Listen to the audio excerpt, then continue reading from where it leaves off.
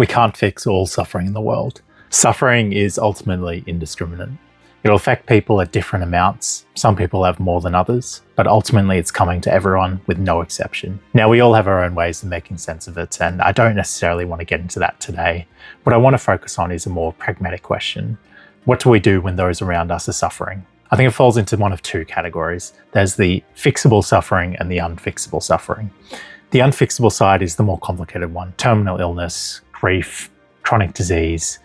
These are situations that don't have a clean solution that resolves it completely. And I suppose the question is, how do we respond to someone who's in that situation where there's no clear solution? And I would argue that often it's less about what we do and more about what we don't do. There's a book that I quite like called That Good Night by Dr. Sunita Puri. She works as a palliative care doctor, so essentially she's caring for people with life-limiting illness with no clear solution, often at the end of life. In working with suffering directly, she writes, "You remind yourself that it isn't a job to erase or to justify all their suffering, but rather to see it, not ignore it, to ease it when you can, and to be there as they move through." Now, I think this really goes beyond the hospital bedside and more towards what our day-to-day life is like. Our fair natural reaction to someone's suffering is to try and solve it, because that's what we need to do in day-to-day life. There's issues that come up and we need to get rid of them. But in a situation where it's almost definite that things are not going to get better, that suffering will persist, we need to be really critical of this. I feel like pragmatically, when we're trying to find solutions where there is no solutions, it can end up coming off as almost like a platitude.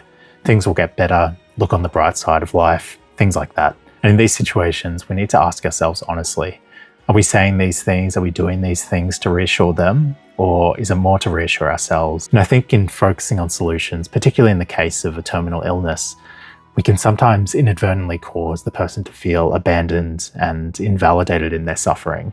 And often that can be just as painful as the physical pain that they could be experiencing. The question is, what do we do instead? And I think that's where Dr. Puri's words really come in handy here. We need to act as a witness who sees suffering and is happy to hold it with the person. When action is limited, what remains is being understood and seen. It's about not being left alone when you're sitting in it, and that acknowledges the truth of their suffering. It exists, and it sucks, and it's not going to get better. But I'm not going to leave you. Presence itself has the capacity to make a heavy burden much lighter for someone. And in these situations, we have to try and refuse to look away, especially when the problem can't be solved. And to do that, we have to accept our limitations and be comfortable with sitting in that room, which is constantly changing, but focus less on our actions and more on our presence. Now, the other type of suffering is the fixable suffering, which is a little bit easier, still complicated, but definitely a bit easier. Now, there's a lot of doom and gloom about the world, which is all very justified, but there's also a surprising amount of global suffering that has known solutions that just need implementation. If I was to make a top 10 list of the best graphs in the world, this would probably be number one. Child mortality rate has been dropping over the past centuries, and it's fantastic. This is all testament to the global collective effort of easing suffering. And the most reassuring thing about this is that that effort has actually been working, which is something we don't often see, I feel like, but this is something that's really, really clear. This is fantastic progress, but there's still always heaps to do to make improvements and continue this trend even lower. And one of the most efficient ways to address mortality is by focusing on the low-hanging fruit.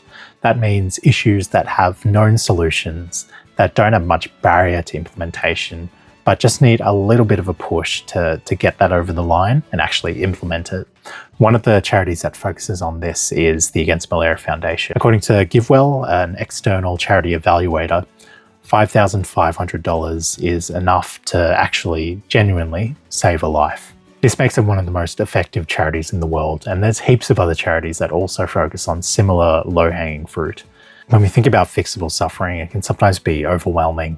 And, there's lots of ways to fix suffering. This is certainly not the only way, but this is definitely one of the most logically straightforward ways. So we'll do another 120 today. As we mentioned, we're making this public to hopefully make donating to charity a little bit more normalized and less of this sort of outlier thing to do.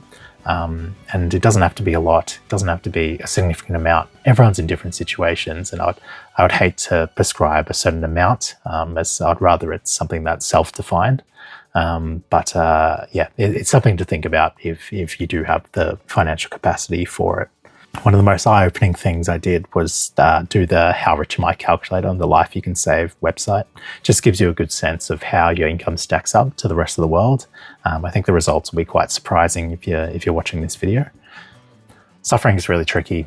Not all issues can be solved through a simple donation, but this is definitely an underrated way to address those low-hanging fruit issues that have solutions, but have more of an implementation problem.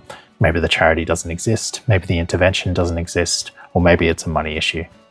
And when there's so much unfixable suffering in the world, we'll take what we can.